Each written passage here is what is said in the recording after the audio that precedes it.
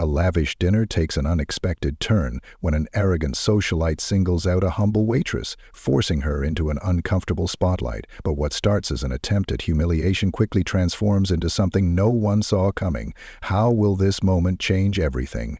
Let us know in the comments section below. The sound of crystal glasses clinking and polite laughter filled Leclerc, one of Charleston's most prestigious restaurants. The kind of place where chandeliers cast a soft golden glow, where the scent of buttered scallops and dry-aged steak lingered in the air, where people spoke in measured tones to match the sophistication of their surroundings. It was the kind of establishment that boasted exclusivity, its doors only opening for those who belong. And to Margaret Winslow, that meant women like her. She sat at the center of the largest table in the room, surrounded by friends draped in designer gowns and men in pressed suits with cufflinks that cost more than most people's rent. Their conversation was a symphony of indulgence, mentions of vacations in Saint-Tropez, gallery openings, private school fundraisers. Margaret was in her element, holding court with the air of someone who had never been told no in her life, until her gaze landed on Raelynn Brooks. Raelynn moved through the dining area with ease, balancing a tray of cocktails in one hand, weaving between tables like a whisper. She didn't belong here, at least that's what Margaret thought. There was something about her presence that bothered Margaret in a way she couldn't quite explain. Maybe it was the quiet confidence in the way she carried herself. Maybe it was the way her brown skin contrasted against the crisp white of her uniform. Or maybe, just maybe, it was the way Raelynn did not shrink under the weight of the room's wealth and privilege. Margaret's lips curled into a smirk. "I swear they let anyone in here nowadays," she mused, twirling the stem of her wineglass between her fingers. The comment wasn't loud, but it was just enough for her table to hear. A few chuckled, a couple exchanged knowing glances. The message was clear. Raelynn ignored it. She had heard worse before. She had worked in restaurants long enough to know how people like Margaret operated. They wielded their money like a weapon, testing just how much power it gave them over the world around them, and Raelynn had no interest in playing along. She placed the drinks down at a neighboring table, offering the guests a warm smile before turning to check on the next order. She felt Margaret's gaze still on her, waiting for a reaction. She wouldn't get one. But Margaret was persistent. "Excuse me?" she called, lifting her hand lazily. Raelynn approached the table, her steps measured, her expression composed. "Yes, ma'am." Margaret didn't even look at her. She flicked a manicured hand toward her empty glass. "Another Bordeaux. And try not to take all night, dear. I know it's hard to keep up in places like this."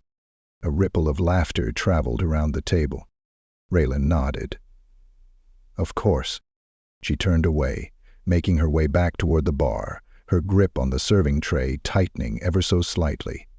It wasn't the first time a guest had taken a tone like that with her, but there was something about Margaret Winslow that felt different. She had encountered plenty of entitled customers, but Margaret wasn't just looking to be rude. She was testing her, pushing to see just how far she could go before Raelynn snapped. Margaret leaned back in her chair, pleased with herself. "It's funny, isn't it?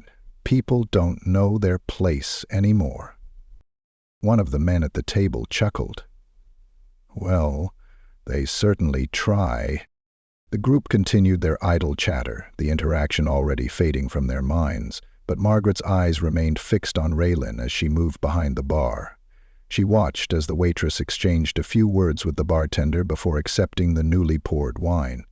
There was something almost irritating about the way she carried herself. She wasn't rattled. Margaret didn't like that. She wanted to see something crack. And then she saw the grand piano in the corner of the room. It was a stunning centerpiece, rarely played but always admired, a symbol of refinement, a nod to the kind of culture Margaret believed belonged only to a select few. And in that moment, an idea formed in her mind, one that would ensure Raelynn remembered her place. As Raelynn returned with the wine, Margaret raised her voice just enough for the surrounding tables to hear. "Tell me," she said, tilting her head as Raelynn set down the glass. "I heard from one of the other staff that you used to play the piano. Is that true?" The question caught Raelynn off guard. She hadn't spoken about that in years. "Yes," she said carefully. "I did." Margaret's eyes sparkled with something dangerous. "Well, now that is fascinating. You must play something for us." Raylan's shoulders stiffened. She knew exactly what was happening. The restaurant grew quieter as other guests began to take notice of the conversation. Some turned their heads toward the interaction, sensing something just beneath the surface of Margaret's tone. "I don't think that's appropriate," Raelynn said, her voice steady. "I'm here to work." "Nonsense," Margaret insisted, placing a hand over her chest in mock sincerity. "We insist. I'm sure we'd all love a bit of music, wouldn't we?" A few murmurs from the surrounding tables, some amused, some uncomfortable. Raelynn looked at her manager, David Turner, who had been watching from the host stand. He looked uncertain, hesitant to intervene, but before he could say anything, Margaret added, "Oh, I do hope this isn't a matter of nerves. Surely, if you were any good, you wouldn't mind playing for us?" And there it was, a challenge, a trap disguised as an invitation. If she refused, she would be painted as fragile, incapable. If she accepted and stumbled, Margaret would have exactly what she wanted, a performance to mock, a moment of failure to relish. Raelynn took a slow breath. She could feel the eyes on her now. But she had spent too many years letting people like Margaret Winslow decide her worth.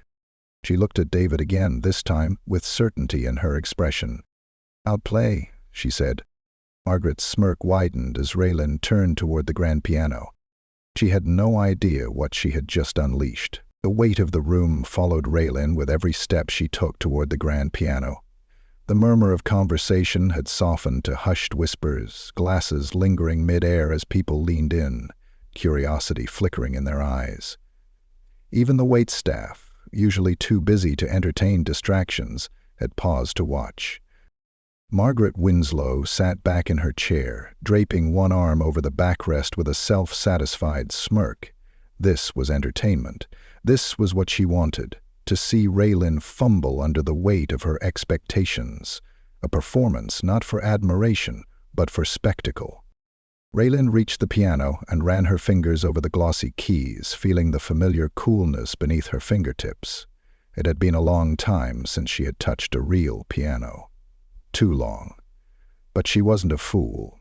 She knew what this was. A game. And Margaret was waiting for her to lose. She glanced up, her eyes meeting Margaret's. The challenge was clear. She could feel her heart hammering in her chest, but she didn't let it show. Slowly, she sat down. The bench creaked under her weight, the sound cutting through the expectant silence. A waiter discreetly stepped aside, ensuring an unobstructed view for the diners who had now turned their full attention to her. Margaret lifted her wineglass. "We're all waiting, dear." Raelynn flexed her fingers, willing them to steady, then placed them over the keys. A deep breath, a moment of stillness. Then she began to play. The first few notes were soft, deliberate, a melody unfolding like the first words of a confession. Her fingers found their rhythm, tracing the keys with an ease that defied the years spent away. The restaurant, once filled with idle conversation and clinking silverware, went utterly silent. Raelynn knew this feeling. It was muscle memory, the kind of intimacy that could never truly be forgotten. The notes rolled off her fingers, cascading into something deeper, something richer. She played not just for them, but for herself. For the girl she once was, for the woman she had become. Margaret's smirk flickered, her fingers tightening around the stem of her wineglass. This wasn't what she had expected. It was supposed to be uncomfortable, awkward, an act of forced humiliation. Instead, it was beautiful. The music swelled, filling every corner of the restaurant, weaving through the candlelight, sinking into the mahogany walls like a song that had always belonged there. Raelynn wasn't just playing, She was commanding the room. A waiter, frozen in place near the bar, exchanged a glance with another staff member. The manager, David Turner, stood near the entrance, his arms crossed, his usual unreadable expression betraying just the slightest glimmer of surprise. Margaret took a sip of her wine, her throat suddenly dry, and then something unexpected happened. A clap. One person, a woman near the back, brought her hands together in slow applause as if unaware she had done it. Then another, a man seated at the bar, then a third. Within moments, the restaurant had erupted into cheers. Margaret's face darkened. Raelynn finished the last note with precision, holding it for just a breath longer than necessary, letting the sound settle into the space before releasing it into silence. She lifted her hands from the keys and placed them on her lap, exhaling softly. For a moment she allowed herself to close her eyes, to feel it. The weight of expectation, the years of doubt, the ache of giving up something she loved. It was all still there, but for the first time in a long time it felt lighter. She opened her eyes to see everyone still staring at her, not with condescension, not with amusement, but with something entirely different. Marguerite felt a burn crawl up her neck. This wasn't what she had planned. She had expected laughter, maybe even a little pity. But this? This was a loss. She forced a tight-lipped smile and tapped her nails against the table, searching for something, anything, to regain control of the moment. "Well," she said, her voice forced and brittle, "that was unexpected." One of the men at her table, an older gentleman in a tailored navy suit, cleared his throat. "That," he said, adjusting his cufflinks, "was remarkable." Margaret bristled. "Oh, come now, Charles, let's not overdo it. It was just a song." The man, Charles, ignored her. Instead, he turned to Raelynn, still seated at the piano.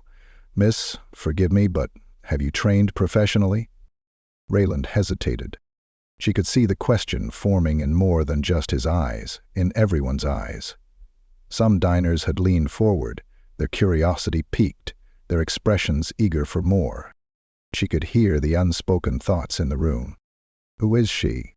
Why is she a waitress? Why isn't she on a stage somewhere? Raelynn slowly rose from the bench. "No," she said, her voice quiet but firm. "Not anymore." Charles nodded, considering her words carefully. He looked as if he wanted to say more, but Margaret let out a sharp laugh, cutting through the moment. All right, she said, waving a dismissive hand.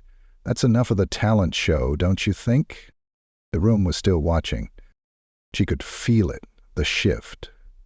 She had come here tonight expecting the usual, admiration, deference, control. But Raelynn had taken something from her. Something Margaret didn't even realize she was giving away. The attention, the power. Raelynn wasn't supposed to have it.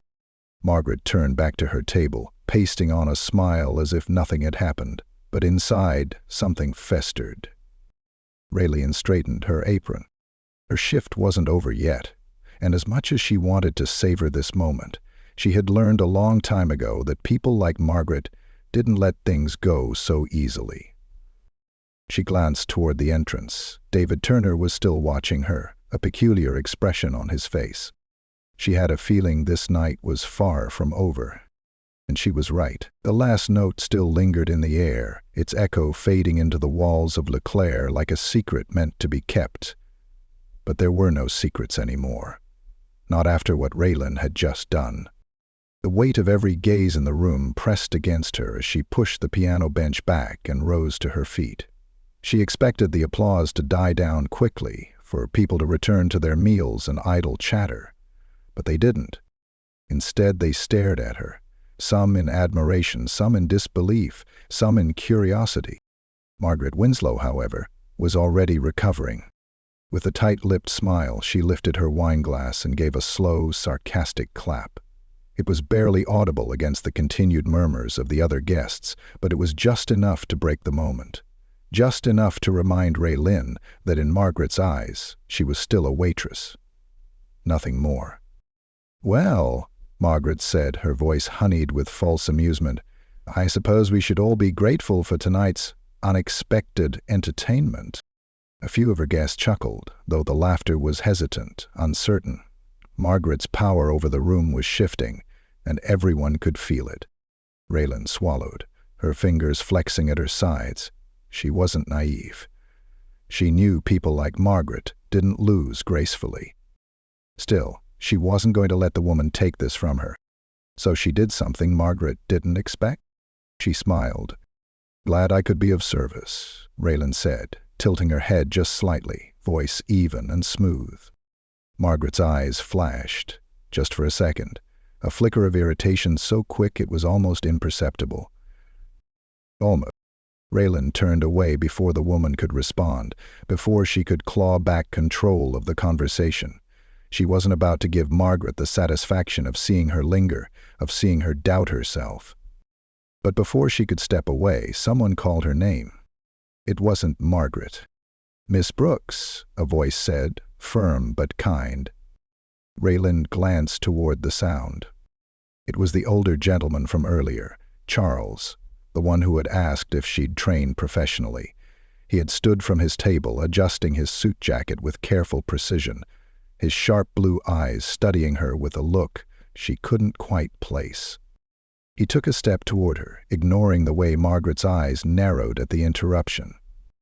"That was remarkable," he said, his tone carrying the weight of someone used to being listened to. "Truly." Raelynn hesitated. Compliments were easy to dismiss when they were thrown carelessly, but there was something real in the way he said it, something that made her pulse quicken. "Thank you," she said carefully.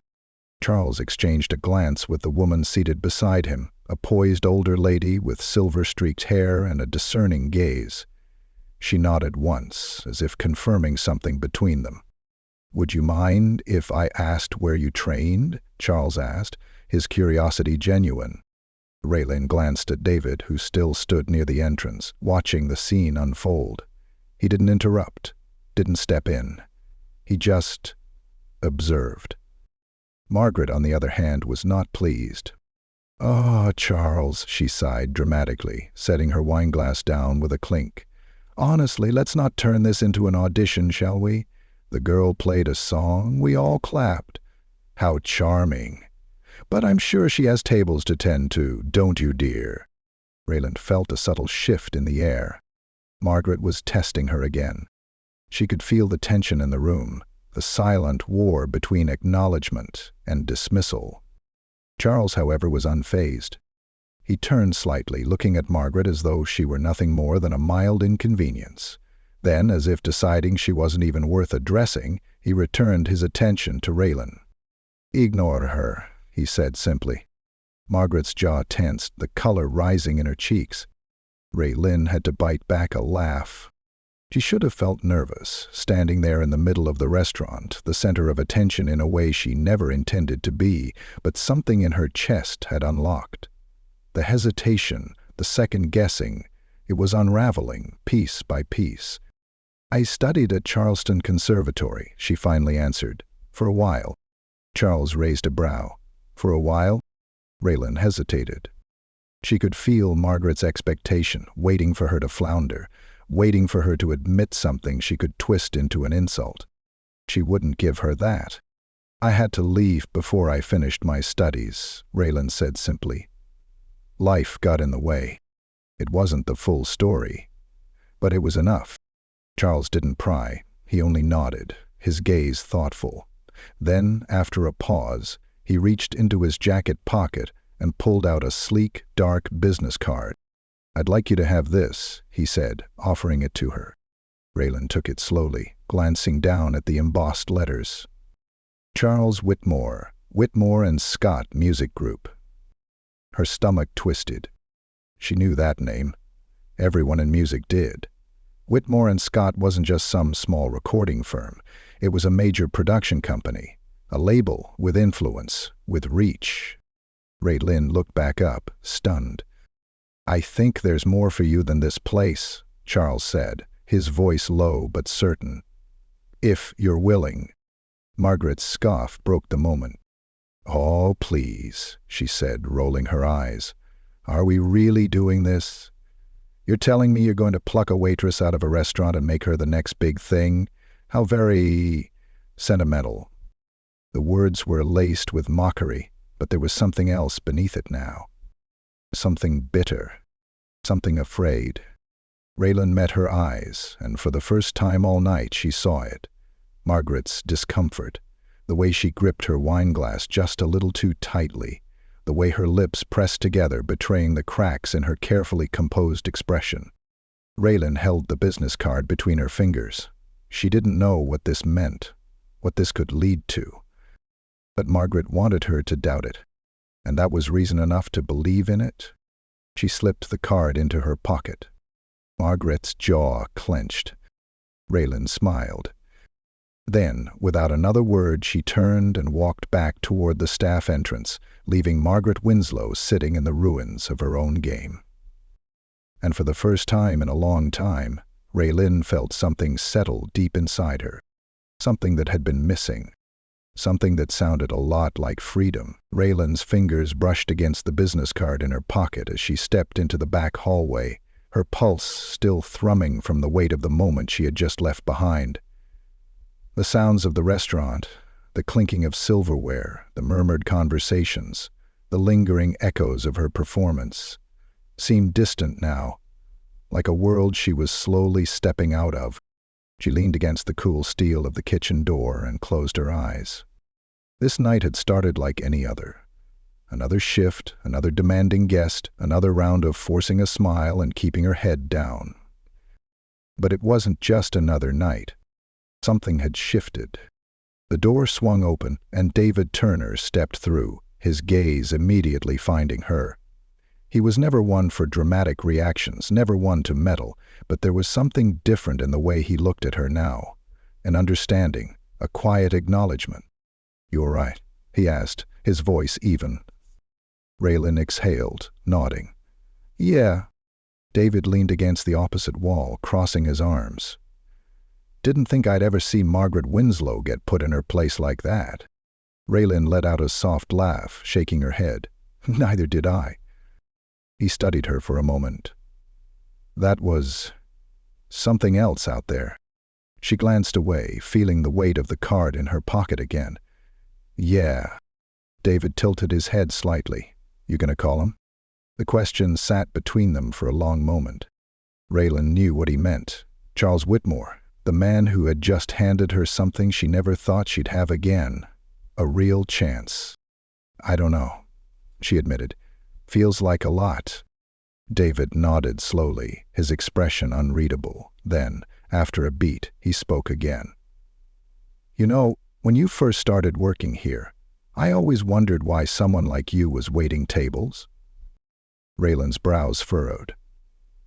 "Someone like me?" His lips tugged into the faintest hint of a smile. "Someone who walks like they're meant to be on a stage." She blinked, caught off guard. David pushed off the wall, glancing toward the dining room. "Take the rest of the night off," he said. "Go figure out what you want." Raelynn hesitated. "David, I can't just—" "You can," he interrupted.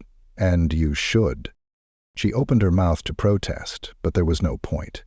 He had already turned back toward the kitchen, leaving her standing there, the weight of his words pressing into her chest. Go, figure out what you want. She had spent so much time not wanting, so much time convincing herself that this restaurant, this routine, this safe, predictable existence was enough. But it wasn't. And now, for the first time in years, she had a choice. A few minutes later, she was stepping outside into the crisp Charleston air, the city lights casting a soft glow against the dark sky. She didn't know where she was going. She just walked. The sounds of the street hummed around her.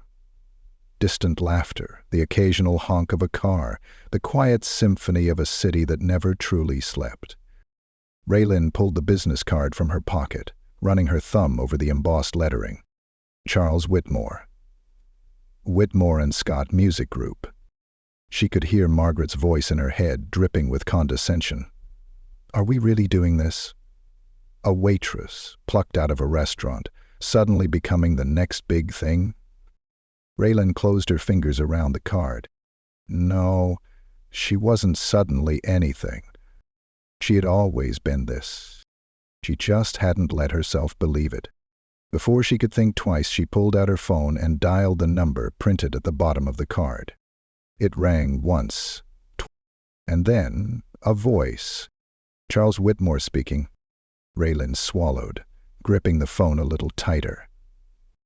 "This is Raelynn Brooks," she said, her voice steadier than she expected. "We met at LeClaire tonight." There was a brief pause on the other end. Then a warm chuckle. "Miss Brooks," Charles said, "I was hoping you'd call." Raelynn let out a breath, feeling something settle inside her. Something right. "I think," she said slowly, "I'd like to know more about that opportunity." She could hear the smile in his voice. "I was hoping you'd say that." The conversation continued, but Raelynn barely heard the words. All she knew was this: tonight had started with humiliation, but it was ending with possibility, and for the first time in a long time she was ready to step into it.